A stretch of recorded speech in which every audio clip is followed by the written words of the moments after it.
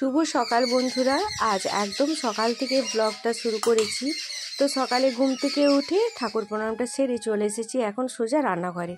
তো আজকে কিছু জামা কাপড় কাচবো, তো তার জন্য দেখো একটু গরম জল বসিয়ে দিলাম। আর একদম সকালেই আমি প্রথমে এই কাজটাই করছি, কারণ কি বলো তো, এখন যা মেঘের অবস্থা, তাতে করে যদি একটু দেরি করে কাচাকুচি করি তাহলে কিন্তু শুকাতে শুকাতে অনেকটাই দেরি হয়ে যাবে, আবার হয়তো বৃষ্টি চলে আসবে। এই সব ভেবেই ভাবলাম যে না, আগে সকালে আমাকে এই কাজটা করতে হবে। তো ভেবেছিলাম আগের দিন রাতে করব, কিন্তু আবার কি ভাবলাম জানো তো, যে রাতে হয়তো ভিজিয়ে রেখে দেব, সকালে উঠেই যদি দেখি বৃষ্টি হচ্ছে তাহলে তো আবার সমস্যা। মানে আমাদের তো কাচাকুচি করার পর মেলার সমস্যাটা সব থেকে বেশি। এতজন মানুষ আর জায়গা খুবই কম, তো সবাই তো জিনিসপত্র মিলতে হবে। তো সেই জন্য ভাবলাম যে না, সকালে উঠেই আমি এই কাজটা করব। তো সকালে উঠে ওইদিকে গরম জল করে এখন জামা কাপড়গুলো আর বেড কভার, অনেকগুলো বেড কভার ছিল, সেগুলোকে সব জাকিয়ে দিলাম। এদিকে সবারই কম বেশি একটু ঠান্ডা লেগেছে, তো একটু তার জন্য ঔষধি চা বলতে এই চাটা আমি প্রায় করে থাকি, আর তোমাদের সাথে আগেও ব্লগে আমি শেয়ার করেছি, তবে তোমরা দেখেছো কিনা জানি না। তো ওই চাটাই বানাবো। আর এইদিকে গতকাল রাতে একটু ছোলা বাদাম ভিজিয়ে রেখেছিলাম, তো সেগুলোকে এখন ধুয়ে গুছিয়ে রেখে দিলাম। এখন প্রত্যেক দিনই ছোলা বাদামটা ভিজাচ্ছি। তো ভাবছি যে সকালে একটু ছোলা বাদাম খেলে না ভালো লাগে, জানো তো। মানে অনেকটা সময় যদি না খেয়ে থাকি তাহলেও কিন্তু কোনো সমস্যা হয় না, কারণ ছোলা বাদামটা কিন্তু অনেকটা সময় পর্যন্ত পেটটাকে ভারী রাখে, প্রায় 10টা পর্যন্ত তো আরামসে চলে যায়। তো তার জন্যই দেখো ছোলা বাদামটাকেও ভিজিয়ে রেখে দিলাম, আর এখানে চা বসাবো। তো গতকাল রাতে সসপ্যানে দুধ গরম করেছিলাম, তো সেটাতে দুধ আছে। তো তাই ভাবলাম এরকম একটা টিনের জাম আমার আছে, তো এই জামটা যে কত কাজে আমার লাগে তোমাদের আর কি বলি। তো এই জামটা সেই সকালে জল গরম থেকে সে রাতের খাবার গরম পর্যন্ত সারাদিনই এর আমি ব্যবহার করতে থাকি। তো এরকম একটা জাম বাটি থাকা না ভীষণ ভীষণ ভালো, জানো তো। তো এই মানে জামবাটির যদি গুণাবলী বলি তোমাদেরকে, তোমরাও হয়তো অবাক হবে। সকালে এই যে জল গরম করলাম, জল গরম করে খেলাম, তো তারপর এই যে এখন এই যে চা বানাবো। চায়ের পরে হবে ডাল সেদ্ধ, ডিম সেদ্ধ, আলু সেদ্ধ, এগুলোও কিন্তু আমি এই জামবাটিতেই করি। যেদিন প্রেসারে করি, আর যেদিন না করি সেদিন কিন্তু এই জামবাটিতে বসিয়ে দিই। তারপর ওই দুধ গরম, তারপরে ওই সন্ধেবেলা হয়তো কোনো সময় আবার চা হলো, আবার হয়তো দুপুরের কোনো তরকারি বেশি থাকলো, তখন এই জামবাটিতে বসিয়েই গরম করে নিই। মানে এর যে গুণাগুণ, এর যে ব্যবহার আমার জীবনে, মানে এর কোনো তুলনা নেই। তো তার জন্য এই জামবাটিটি আমার খুব প্রিয়। তো এখন দেখো এই যে ওষুধি চাটা বানাবো, তো দিয়ে দিয়েছি তুলসী পাতা, লং, এলাচ, দারচিনি, আদা, গোলমরিচ সবগুলোকে থেতো করে দিয়েছি, আর তার সাথে তুলসী পাতা দিয়ে দিয়েছি। আর এখন পরিমাণ মতো চিনি আর চা দিয়ে দিলাম। এই চাটা খেতে এত ভালো লাগে, এত টেস্টি হয়, তোমাদের কি বলবো। সত্যি বন্ধুরা, তোমরা চাইলে বাড়িতে একবার করে, যদি না খেয়ে থাকো তাহলে একবার করে খেয়ে দেখো, দারুণ কিন্তু টেস্ট হয়। তো এখন দেখো চা আমার হয়ে গেছে, আর চাটা না ফুটে ফুটে অনেকটাই কমে গেল, জানো তো। 2 কাপ দিয়েছিলাম, আমার আরেকটু বেশি দিতে হতো, কারণ যেহেতু ওই যে আদা আর তেজপাতা নয়, তুলসী পাতা আর ওইগুলো দিয়েছি, তো ওগুলো ফোটানোর জন্য একটু বেশি করেই জলটা দিতে হতো। তো যাই হোক, কম হয়ে গেছে, সমস্যা নেই। ওই যে যেমনটা আছে তেমনটাই ভাগ করে চারিয়ে খেয়ে নেবো তোমাদের দাদাভাই আর আমি। আর এখন দেখো একটু লেবুর রস দিয়ে দিচ্ছি। তো এটাতে আর বিট লবণ দেবো না, বিট লবণ দিলে কিন্তু এর টেস্টটা একদম বাজে, বেকার হয়ে যাবে। শুধুমাত্র লেবুটাই দেবো। তো এটা খেতে দারুণ টেস্টি হয়।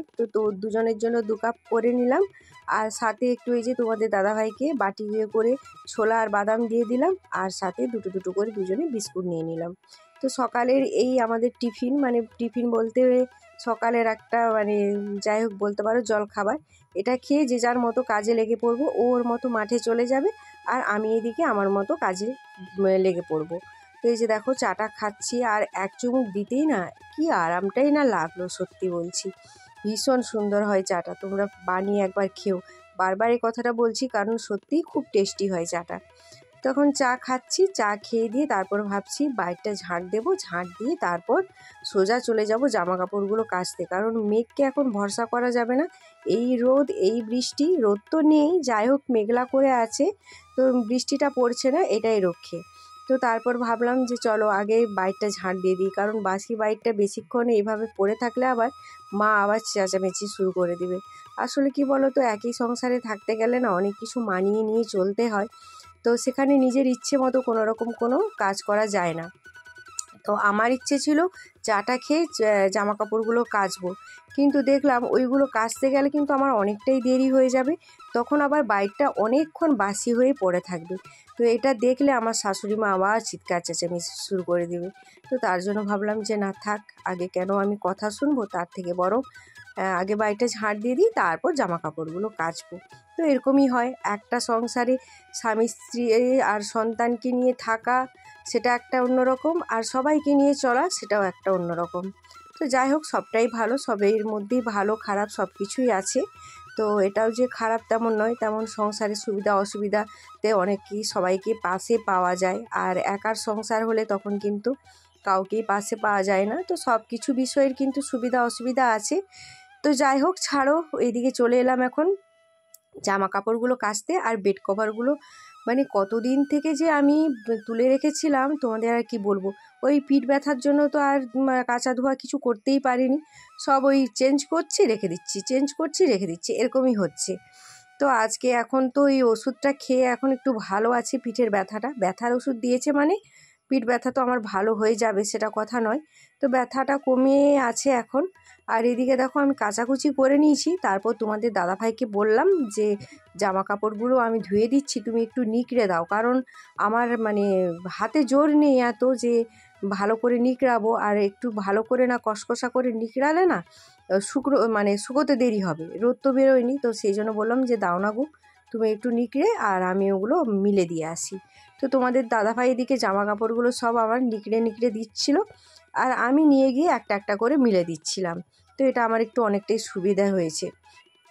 আর দেখো আমাদের এত বড় জায়গা, বাগানে এত বাঁশ, কিন্তু ভাড়া নেই জানো তো, জামা কাপড় যে মিলবো তার মানে সে কী যে অবস্থা। তো একটি ভাড়া করেছিল, এই ভাড়াটা ভেঙে গেছে, তো এটা যা হোক একটু ঠেকাঠুকি দিয়ে রাখা হয়েছে। আর এখানে একটা বাসের ভাড়া আছে, এখানে মিলতেও অসুবিধা, কারণ এখানে ভাই রডগুলো রেখে দিয়েছে, তো সেই জন্য মানে সেই রডের উপরে উঠে গিয়ে আমি ভয়ে ভয়ে করে দিচ্ছি, যদি একবার পা স্লিপ করে তাহলে তো আমার একদম সে যা অবস্থা হবে সে আমি জানি। তো তারপর সোজা চলে এসেছি একদম রান্না বান্না নিয়ে। তো স্নান করেছি, পুজো করেছি, সেগুলো আর তোমাদের সাথে শেয়ার করিনি।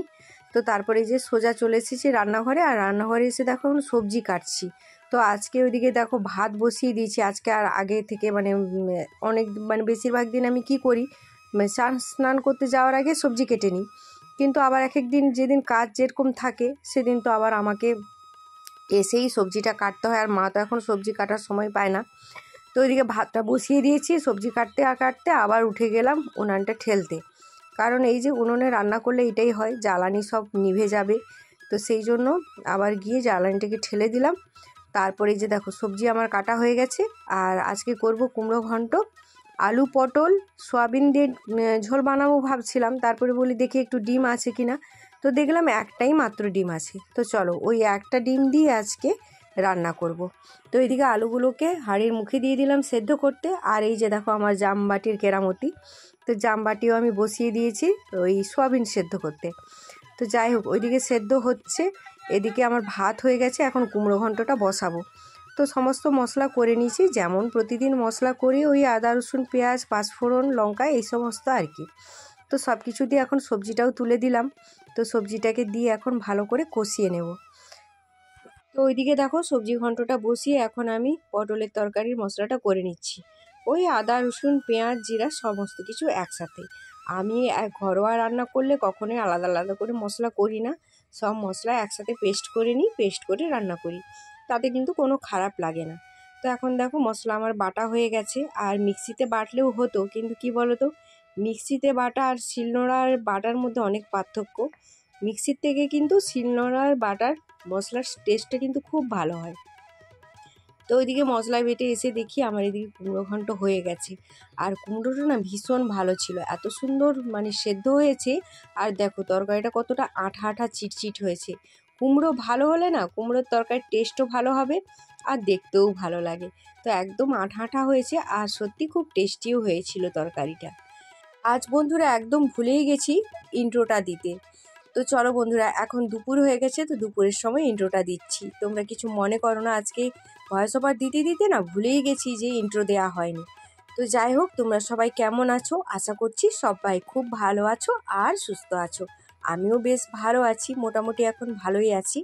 তো তোমাদের সবাইকে আমার পরিবারে স্বাগত জানাই, আর সবাইকে অসংখ্য অসংখ্য ধন্যবাদ জানাই যারা আমার ভিডিও দেখো প্রতিদিনের। তো তোমরা আমার পাশে আছো, এটা দেখে আমার সত্যি খুব ভালো লাগছে। যদিও ভিডিওতে কোনো রকম কোনো ভিউজ নেই, আর যতগুলো ভিউজ হচ্ছে তাতে সেরকম কিছু কমেন্ট আসেও না, ওই 2-3 জন হাতে গোনা কমেন্ট করে। তো যাই হোক, জানি না কেন কেউ কমেন্ট করে না, কেন কেউ দেখছে না আমার ভিডিও, তো আমি কিছুই জানি না। তো আমি একটা কথা জানি যে কর্ম করে যাও, ফলের আশা করো না, এটা ভগবানের বাণী। তো সেরকমই আমিও এটাই ভেবে নিয়েছি, আমি আমার কর্ম করে যাব, ফলের আশা আমি করব না। ভগবান যদি চায় কোনো দিনও আমাকে ফল দেবে তো ফল দেবে, আর যদি বলেন যে না তোর মানে ফলের আশা করার দরকার নেই, ফল তুই কিছু পাবি না, তাহলে আমি আর মানে আশা ছেড়ে দিয়েছি। তবে আমি ভিডিও দিতে থাকবো, তোমরা দেখো চাই না দেখো, আমি ভিডিও দিতে থাকবো। দেখা যাক কবে কি হয়, যেদিন হবে সেদিন তার দেখা যাবে। তো যাই হোক, ওইদিকে দেখো কুমড়ো ঘন্ট হয়ে গেছে, এখন আলু পটলের তরকারিটা বসাবো। তো তোমরা একটু জানিও, যারা ভিডিও দেখছো আমার ভিডিওগুলো তোমাদের কেমন লাগছে, বা কোথাও ভুল ত্রুটি হলে তোমরা সেটা আমাকে বলে দিও। কারণ কি বলো তো, ভুল ত্রুটি মানুষ মাত্রই তো হয়, আমারও হচ্ছে হয়তো কোথাও। তো জানি না, বুঝতে পারছি না কী কারণে ভিউজ হচ্ছে না। তো চেষ্টা করছি ভালো করে করার, ভালোভাবে করার। তো এদিকে দেখো সয়াবিনটা না আমি একটু ডিম আর বেসন দিয়ে ভাজছি, তো এটা আর তোমাদের সাথে দেখালাম না। রান্নাটা আমি ফেসবুকে দিয়েছি, তো ফেসবুকে যদি তোমরা কেউ রান্নাটা দেখতে চাও তাহলে কিন্তু আমার ফেসবুক প্রোফাইলটাতে গিয়ে দেখতে পারো, আমি আজকে লিঙ্কটা দিয়ে দেবো। তো এইদিকে দেখো রান্নাবান্না একদম কমপ্লিট, আর থালা সাজানো হয়ে গেছে। থালা সাজানোটা কেমন হয়েছে অবশ্যই কমেন্টে জানিও। তো তোমাদের দাদাভাই চলে এসেছি, ওকে খেতে দিয়ে দিলাম। তো তারপরে আমিও খেয়ে নেবো, আর ছেলে তো মানে আগেই খেয়ে নিয়েছে, তাকে খুব খিদে পেয়ে গেছিলো। তো চলো বন্ধুরা, আজকের ভিডিওটা এই পর্যন্ত রাখলাম। আজকের ভিডিওটা তোমাদের কেমন লাগলো অবশ্যই কমেন্টে জানিও। খাওয়া দাওয়ার পর রান্নাঘর একদম সাজিয়ে গুছিয়ে নিয়েছি, পরিষ্কার পরিচ্ছন্ন আমি প্রতিদিনই করে রাখি, কারণ এটা আমার একটা নেশার মতো হয়ে গেছে অভ্যেস, যে দুপুরে আর রাতে খাওয়া দাওয়ার পর কিন্তু রান্নাঘর একদম পরিষ্কার পরিচ্ছন্ন করে গুছিয়ে নেওয়া। তো গুছিয়ে নিয়েছি, তারপরে যে দেখো কিছু জ্বালানি আমি উনুনে দিয়ে দিচ্ছি সেকার জন্য, যাতে করে জ্বালানিগুলো ভালো জ্বলে। এখন তো জ্বালানিগুলো একটু স্যাঁতা স্যাঁতা ভাব হয়ে গেছে, তো উনানটা ধরাতে না ভীষণ কষ্ট হয়, এরকম একটু সেকে নিলে বেশ ভালো হয়। তো চলো আজকের মতো টাটা বাই বাই, সবাই ভালো থেকো, সুস্থ থেকো, আবার দেখা হচ্ছে আগামী একটি নতুন ব্লগের সাথে। তো চলো সবাই ভালো থেকো, বাই বাই।